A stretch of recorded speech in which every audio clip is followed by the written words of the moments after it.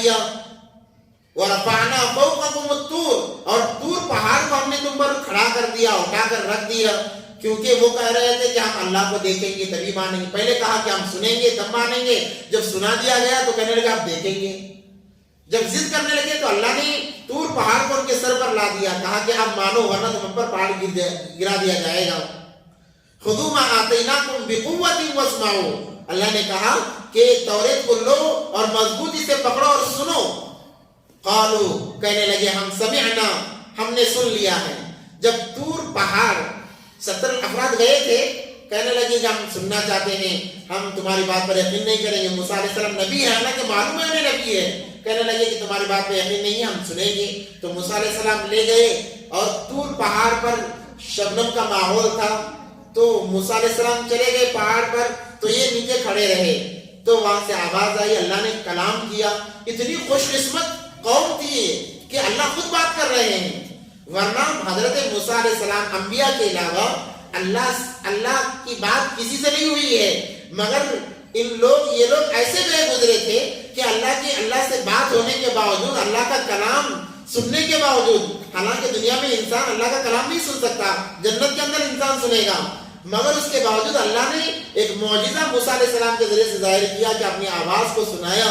تب وہ کہنے لگے ہو سکتا ہے تم غائب ہو گئے تو تمہیں نے ہم سے بات کی ہوگی, ہم ماننے والے نہیں ہیں جب تک آنکھوں سے اللہ کو نہ دیکھ لیں. جب یہ باتیں ہوئی تو اللہ کو غصہ آیا, کیونکہ نبی پر الزام لگایا جا رہا ہے, ان کو جھوٹا کرنے کی کوشش کی جا رہی ہے. اللہ نے طور پہاڑ کو کھڑا کر لا کر رکھ دیا بالکل سرم کے اوپر, کہا کہ اب مانو, اگر نہیں مانو گے تو پہاڑ کو گرا دیا جائے گا.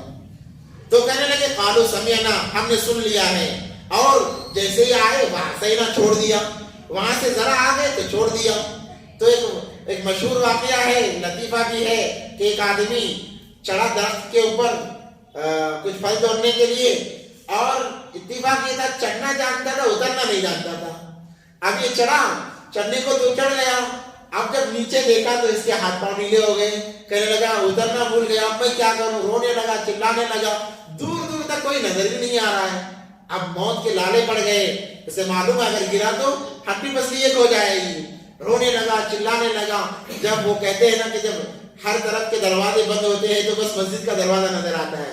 آج کل مسلمانوں کا یہی حال ہے, ہر طرف سے بھٹکار پڑی تو دعوت کے ساتھ ہو جاتے ہیں کہ بھائی اللہ کے راستے میں لے چلو. اس سے پہلے 1000 مرتبہ گئے, کہتے ہیں کہ بھائی یہ بیکار لوگ ہیں, ان سے بچا جاتا تھا. مگر جب حالات آئے کہتے ہیں کہ بھائی اب اللہ کے راستے میں لے چلو.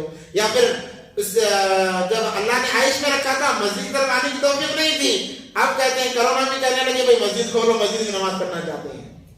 اللہ نے اس سے پہلے موقع دیا تھا, بلا رہے تھے, اللہ آنے کے لیے تیار نہیں تھے. جب اللہ نے راستے بند کر دیے, اب کہتے ہیں کہ مجھے ایک آدمی کو لے لو اندر, ایک آدمی کو لے لو.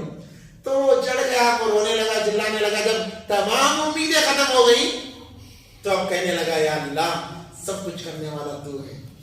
کیا کہنے لگا, یا اللہ سب کچھ کرنے والا تو ہے. اس سے پہلے یہ بات نہیں آئی زبان پر, مگر اللہ بھی بڑے غفور الرحیم ہے. انسان کچھ بھی کر لے, مگر جب بھی اللہ کی طرف متوجہ ہوتا ہے, اللہ اس کی طرف ایسے متوجہ ہوتے ہیں جیسے کہ اس نے کچھ کیا ہی نہیں ہے. یہ اللہ کی عجیب شان ہے.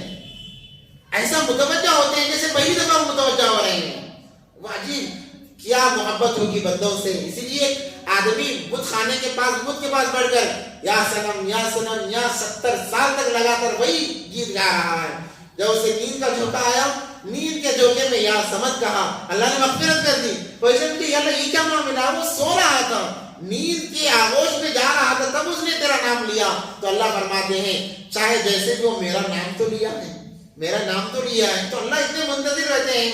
جب تمام راستے بند ہو گئے تو کہنے لگا یا اللہ تو ہی سب کچھ کرنے والا ہے, تو ہی مارنے جلانے والا ہے. یا اللہ بس ایک مرتبہ مجھے نیچے اتار دے, بس میں پار ہو جاؤں, بچ جاؤں بس.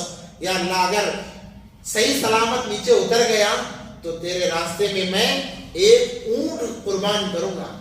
کیا کروں گا, ایک اونٹ تیرے راستے میں تیرے نام پر ذبح کر دوں گا. کیونکہ اونٹ کی قیمت بہت زیادہ کروڑوں کی تھی اس وقت میں, اونٹ ہی سب سے بڑی نعمت تھی. تو اس نے کہا کہ جان ہے تو جہان ہے, بچ جاؤں گا تو کچھ بھی کر سکتا ہوں. تو اس نے کہا ایک اونٹ تیرے راستے میں دے دوں گا.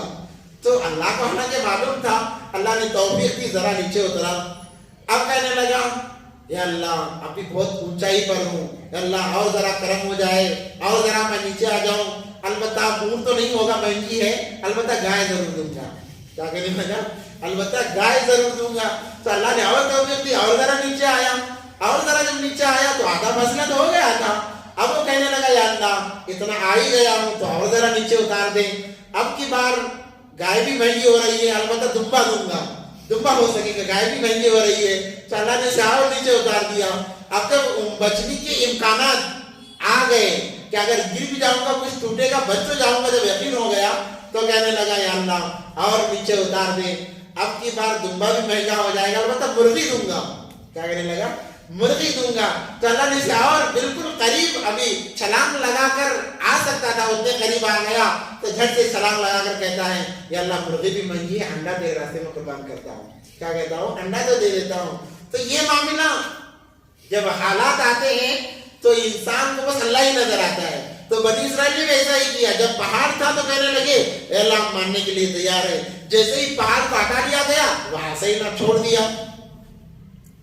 وَأُشْرِبُوا فِي قُلُوبِهِمُ الْعِجْلَ بِكُفْرِهِمْ. تو اللہ تبارک و تعالیٰ نے ان کے اس نافرمانی کی وجہ سے اتنی نعمتیں، ایک نعمتوں کا ایک انبار ہوتا ہے مخلوقات پر، جو سمجھ رکھنے والے ہیں، سمجھ بوجھ رکھنے والے ہیں، اللہ کی اتنی نعمتیں کھاتے ہیں. اللہ کبھی بھوکا نہیں رکھ رہا، ہر ضرورت اللہ اپنے غیب کے خزانے سے پوری کر رہا ہے. اس کے باوجود جب انسان گناہ پر اڑ جاتا ہے نا تو اللہ تبارک و تعالیٰ اس انسان کے دل میں کفر کو ایسا غالب کر دیتے ہیں کہ اس کے بعد میں حق بات اس کے دل پر اثر نہیں کرتی.